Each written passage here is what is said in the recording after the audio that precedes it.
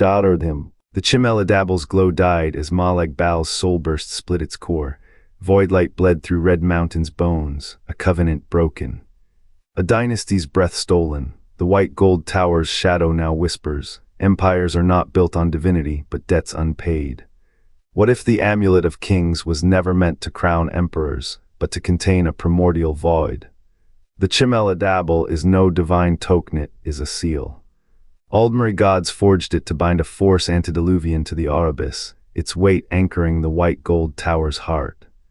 The imperial city's spire does not reach heaven, it buries a hunger older than stars. Every crown rests on a debt. Every reign a waiting silence, the void does not sleep, it listens. The convention of stars was no celestial accident. It was a forge of divine will, where Aldmeri gods bent light and time to mend the rifts Lorkhan's sacrifice had torn.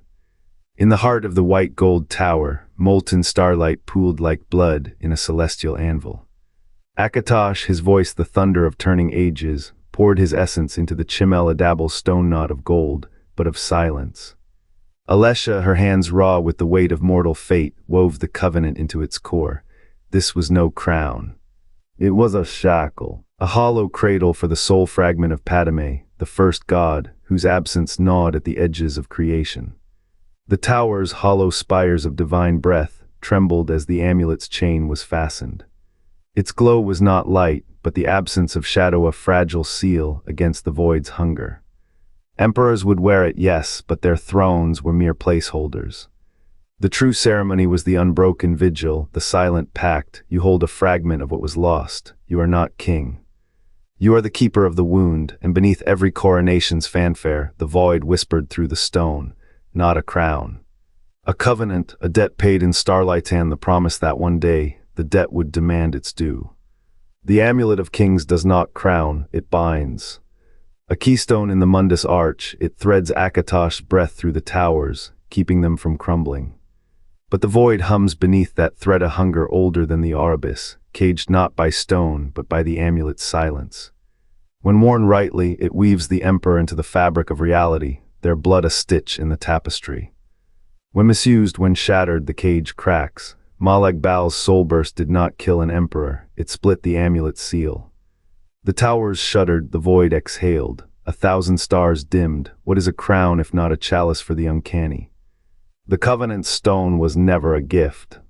It was a placeholder, a temporary vault for a force that does not unmake reality, it remembers it. Every emperor who clasped the amulet extended the loan, bought more time against the erasure. Now the debt is due. The towers tremble, the void waits. What does a god do when the contract dissolves? The amulet's chain has choked sovereigns and saints. Roman Claudius wore it to forge the empire's spine, unaware his crown was a noose. The dragon-blooded clutched it as their line fractured Nerevar's ghost, whispering in the gold, promising unity, delivering ruin. The Nerevarine, that hollow hero, shattered the heart of Lorkhan to sever the covenant, yet the amulet's void gnawed at their soul long before the red year's fire. The Dwemer carved their hymns into its stone, mistaking the void's hunger for divinity. Their experiment swallowed mountains, left cold silence where cities breathed. The tribunal's triune light flickered in tandem with the amulet's pulse, 3 gods, tethered to a prison they named sacred. Each bore it as a mantle, each became a vessel. What did the void promise them? Dominion, legacy, absolution. Instead, it wore their faces. Claudius' legions turned to ash in their armor. Nerevar's dynasty became a shadow play. The tribunal's voices faded to echoes in a sunless tower. Even the Nerevarine's triumph was a Durgeth heart's death, not a liberation, but a loan defaulted. The amulet's true name is forgotten. Its covenant is a ledger of debts paid in lifetimes. The red tower stone, that bleeding heart, still throbs with the screams of Shore's slain body. The Dwemer's labs, the empire's thrones, the tribunal's altarsal were scales weighing the same cursed stone. Who now bears the amulet? The question is not how, but how many more must die before the void is sated. At the imperial city's heart, the tower of Tamriel's core is no crown, it's a prison. The amulet chains an ancient hunger, its weight not power, but a price in blood. A curse older than the Aurbis, it demands emperors as its pawns, not its masters. The amulet's silver chain was never meant to rest lightly on a monarch's throat. Each link, forged from the same star metal that binds the mundus, hummed with a resonance older than Timea's sound, like a wound breathing. To wear it was to wear a noose, its weight not power, but a price in blood. A curse older than the Aurbis, it demanded emperors as its pawns, not its masters. The Idra, in their final act of hubris, did not craft the amulet to crown kings. They crafted it to cage a shadow, for within its core the soul of Padme festered not as a god, but as absence. A hunger that gnawed at the edges of creation, leashed only by the dragon-blooded line. The covenant with Akatosh was no benediction. It was a transaction, mortal ambition for divine silence. Every emperor who clasped the amulet against their chest did not inherit the strength of the Idra. They became vessels, their life force siphoned to keep Sith eyes at bay. The Red Tower, that spire of frozen flame, did not crumble from age.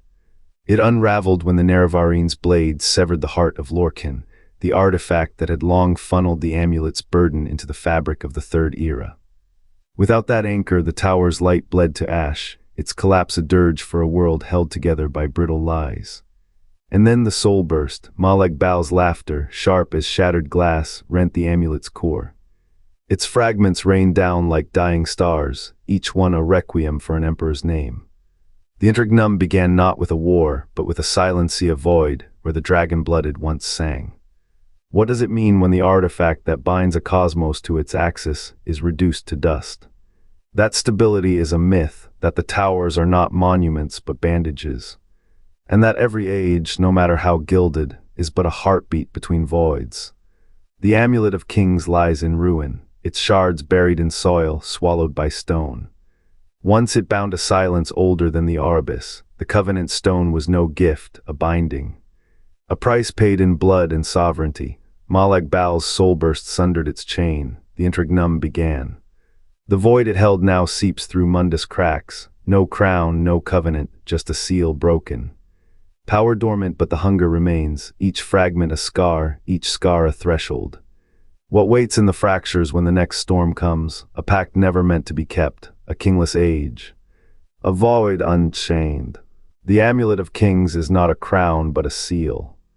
The covenant's inked promises were not to gods, but to a hunger that predates Aurbis. Each emperor's touch renewed the pact until the red year cracked the stone. The blood of Talos lined, the shattering of Mehrunes Dagon's chains, the hollowing of the throne, inheritance as a slow unraveling. A king's name etched into the amulet does not legitimize, it feeds. The void within knew no crown, no covenant, it waited. The red year was not an end, a breath before the next kingless age, a void unchained. The Amulet of Kings wasn't crafted to crown it, was forged to chain. Its gold isn't divinity. It's a gilded noose around a nameless hunger, the covenant's stone, not a throne but a tomb, until the seal cracked. Now the question remains, what other relics hide cosmic secrets?